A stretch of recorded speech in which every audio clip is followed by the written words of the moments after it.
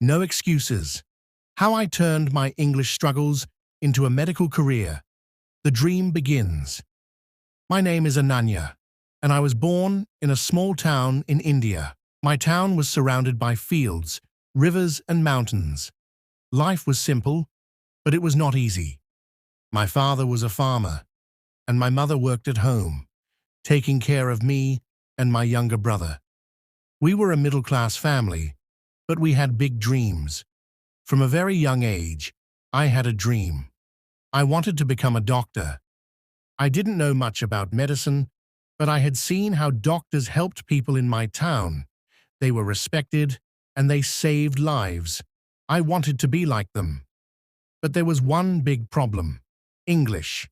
In my town, we spoke our local language. At school, we learned some English, but it was very basic. I could say, hello, and how are you? But that was it. I didn't know how to read or write in English, and I knew that to become a doctor, I needed to learn English. All the medical books, all the exams, and all the opportunities were in English. One day, I asked my English teacher, "Ma'am, how can I learn English properly?" She looked at me and said, "Ananya, English is not just a language, it's a key. If you want to open the doors to a better life, you need this key." The words stayed with me. I decided that no matter how hard it was, I would learn English. The first step, a broken dictionary. I didn't have money to buy English books or join a coaching class, but I had determination. One day, I found an old broken dictionary in the garbage near my school. It was missing some pages, but it was still useful. I took it home and started reading it every day. At first, it was very difficult. I didn't understand most of the words, but I didn't give up. I started with the simplest words and wrote them down in a notebook. I practiced saying them aloud, even if I made mistakes. My brother would laugh at me, but I didn't care. I knew I had to keep going. Turning point, a radio and a dream. One evening, my father brought home an old radio. It was a gift from a relative. I turned it on and found a station that played English news. I couldn't understand much, but I listened carefully. The voices were clear, and the words sounded beautiful. I decided to listen to the radio every day, even if I didn't understand everything. Slowly, I started recognizing some words. I would hear a word on the radio and then look it up in my dictionary. This became my daily routine. Listen, learn, and practice. The struggle, fear, and embarrassment. As I started learning more English, I wanted to practice speaking, but I was scared. What if I made a mistake? What if people laughed at me? One day, I gathered the courage to speak in English with my friend Mira. I said, "Mira, how are you today?" Mira looked at me and laughed. "Why are you speaking like that? Are you trying to show off?" I felt embarrassed. My face turned red and I wanted to run away, but I didn't. I took a deep breath and said, "No, Mira, I'm not showing off. I'm learning English because I want to become a doctor." Mira stopped laughing. She looked at me and said, "That's a big dream, Ananya. I hope you succeed." That day, I learned an important lesson. It's okay to feel scared, but you should never let fear stop you from chasing your dreams. The first big opportunity. After months of hard work, I felt more confident in my English. I could read simple sentences, understand basic conversations, and even write short paragraphs. Then one day, I saw a poster in my school. It was about a scholarship program for students who wanted to study medicine in a big city. The application form was in English. I was nervous, but I decided to try. I filled out the form with the help of my dictionary and wrote a short essay about my dream of becoming a doctor. A few weeks later, I received a letter. My hands were shaking as I opened it. The letter said, Congratulations, Ananya. You have been selected for the scholarship. I couldn't believe it. I ran home and showed the letter to my parents. My father hugged me and said, "I'm proud of you, daughter. This is just the beginning." Leaving home. The scholarship meant I had to move to a big city. It was my first time leaving my town. I was excited, but also scared. The city was so different from my town. There were tall buildings, busy streets, and people from all over the world. And everyone spoke English. On my first day in the city, I felt lost. I didn't know how to use the bus system, and I couldn't understand the signs. I asked a man for help, but he spoke too fast. I didn't understand what he said. I felt like crying. But then I remembered why I was here. I had a dream, and I wasn't going to let anything stop me. I took a deep breath and tried again. This time, I spoke slowly and clearly. The man smiled and helped me. That day, I learned another important lesson. In life, you will face challenges, but you must keep trying. Every small step brings you closer to your dream. I'll share how I faced new challenges in the city, improved my English, and took the first steps toward my dream career. Stay tuned. The final stretch, graduation, and beyond. The internship was a turning point in my life. It gave me the confidence and skills I needed to pursue my dream career. But the journey was far from over. I still had to complete my degree, pass my exams, and find a full-time job as a doctor. The final year, balancing act. The final year of college was the toughest. I had to balance my studies, my internship, and my part-time job at the cafe. There were days when I felt exhausted and overwhelmed. But I reminded myself why I started this journey. One night, after a long day of work and study, I called my parents. Hearing their voices gave me strength. My father said, "Ananya, remember why you're doing this. We believe in you."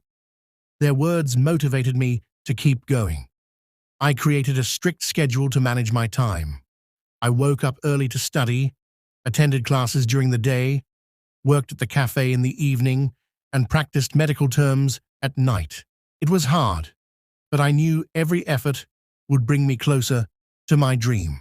Final exams, a test of perseverance. The final exams were approaching, and I was nervous. The syllabus was vast, and the questions were in English. I spent hours reading textbooks, solving problems, and revising my notes. I also practiced writing essays in English to improve my writing skills. On the day of the exams, I felt a mix of fear and determination. I told myself, "You've worked hard for this. You can do it." The exams were challenging, but I gave my best. When the results came out, I couldn't believe my eyes. I had passed with distinction. My professors and classmates congratulated me, and I felt a sense of pride and relief. The job hunt, facing rejection. After graduating, I started applying for jobs as a doctor. I updated my resume, wrote cover letters, and prepared for interviews. But the job hunt was harder than I expected. Many hospitals rejected me because of my lack of experience or my English skills. One interviewer said, "Your medical knowledge is good, but your communication needs improvement." I felt discouraged, but I didn't give up. I took his feedback seriously and worked on my communication skills. I practiced speaking English every day, joined online forums to discuss medical topics, and even took a short course on professional communication. Breakthrough, landing my first job. After months of applying, I finally got an interview with a hospital in the city. The interview was tough, but I was prepared. I answered their medical questions confidently and spoke about my internship experience. At the end of the interview, the hiring manager said, "Ananya, we're impressed with your determination and skills. Welcome to the team." I got the job. It was a dream come true. I called my parents and shared the good news. They were overjoyed and proud of me. The first day at work, a new beginning. On my first day at work, I felt a mix of excitement and nervousness. The hospital was modern and bustling with activity. My team welcomed me warmly, and my manager gave me my first assignment. I worked hard and gave my best. I asked questions when I didn't understand something and collaborated with my colleagues. Slowly, I started gaining confidence in my abilities. Realization, dreams do come true. One day, as I was working on a patient case, I realized how far I had come.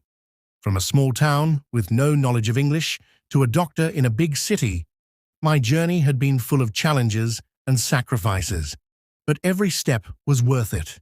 I thought about my parents, my teachers, and my friends who had supported me along the way. I felt grateful for their love and encouragement. Future, giving back. Now that I've achieved my dream, I want to help others like me. I started volunteering at a local clinic, providing free medical care to underprivileged patients. I also mentor young students from small towns, showing them that no dream is too big if you're willing to work hard. The life lesson: never give up. My journey taught me many lessons, but the most important one is this: never give up. Life will throw challenges at you, but you have the power to overcome them. Believe in yourself, work hard, and keep moving forward. Conclusion: a message to you. If you're reading this, I want you to know that you can achieve your dreams too. It doesn't matter where you start or what obstacles you face. What matters is your determination and willingness to learn. Start today. Take small steps. Learn something new every day. And remember, every effort you make brings you closer to your dream. This concludes the story of No Excuses: How I Turned My English Struggles into a Medical Career. I hope it inspires you to chase your dreams and never give up, no matter how tough the journey may seem. A new challenge. The funny side of learning English. After a few years of working as a doctor, I thought I had mastered English. But life has a funny way of humbling you. One day, I found myself in a situation that reminded me how much I still had to learn. And it turned out to be one of the funniest moments of my life. The incident: a misunderstood word. It was a busy day at the hospital, and I was rushing from one patient to another. A senior doctor, Dr. Kapoor, asked me to check on a patient in room 204. Ananya, can you please go and check on Mr. Sharma in room 204? He's complaining of a stomach ache. I nodded and hurried to room 204. When I entered, I saw Mr. Sharma sitting on the bed, looking uncomfortable. I introduced myself and said, "Hello, Mr. Sharma. I'm Dr. Ananya. I heard you're having a stomachache. Can you tell me more about it?" Mr. Sharma nodded and said, "Yes, doctor. My stomach has been hurting since yesterday. It feels like there's a gas problem." Now, in my local language, the word gas is commonly used to describe bloating or indigestion. But in English, gas can also mean something else entirely. I wanted to clarify, so I asked, "Do you mean you have gas in your stomach?" Mr. Sharma looked confused. "Yes, doctor. Gas." I nodded and continued, "So you're feeling bloated and have gas in your stomach?" At this point, Mr. Sharma's face turned red, and he started laughing. "Doctor, I think you're misunderstanding me. I have gas, like air in my stomach, not the other kind." I froze for a moment, then realized what he meant. My face turned bright red, and I started laughing too. "Oh, I'm so sorry, Mr. Sharma. I didn't mean to confuse you. Yes, I understand now. You're feeling bloated." We both laughed for a good minute, and I quickly prescribed him some medication for his bloating. As I left the room, I couldn't stop smiling. It was a funny reminder that even after all these years, English could still surprise me. The lesson: laugh at yourself. That incident taught me an important lesson. It's okay to make mistakes, and it's okay to laugh at yourself. Learning a new language is a journey, and there will always be moments of confusion and embarrassment. But those moments also make the journey memorable and fun. The funny side of cultural differences. Another funny incident happened during a medical conference. I was presenting a case study in front of a large audience, including doctors from different countries. I was nervous but confident. As I was explaining the case, I used the phrase, "The patient was running a temperature." To my surprise, one of the foreign doctors raised his hand and asked, "Dr. Ananya, do you mean the patient was literally running while having a fever?" I was confused for a moment, then realized that the phrase, "running a temperature," might not be familiar to everyone. I quickly clarified, "No, I mean the patient had a high fever." The audience chuckled, and I laughed along with them. It was a light-hearted moment that reminded me how language and cultural differences can sometimes lead to funny misunderstandings. The funny patient. A lesson in patience. One day, a patient came to me with a complaint. He said, "Doctor, I have a frog in my throat." I was puzzled. "A frog in your throat? How did that happen?" The patient burst out laughing. "No, doctor, it's just an expression. My throat feels hoarse, like there's something stuck in it." I laughed too, realizing I had taken the expression too literally. "Oh, I see. Well, let's take a look at your throat and see what's going on."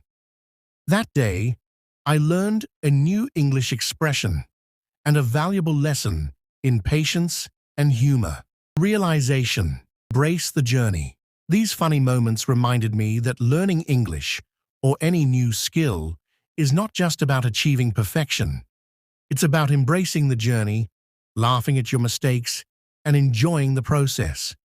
Every misunderstanding, every embarrassing moment, and every funny incident is a part of the story. A message to you. If you're learning English or chasing any dream, remember this. Don't be afraid to make mistakes. Don't be afraid to laugh at yourself.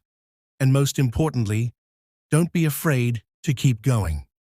Every step, no matter how small, brings you closer to your goals. And who knows, along the way, you might just have a few funny stories to tell.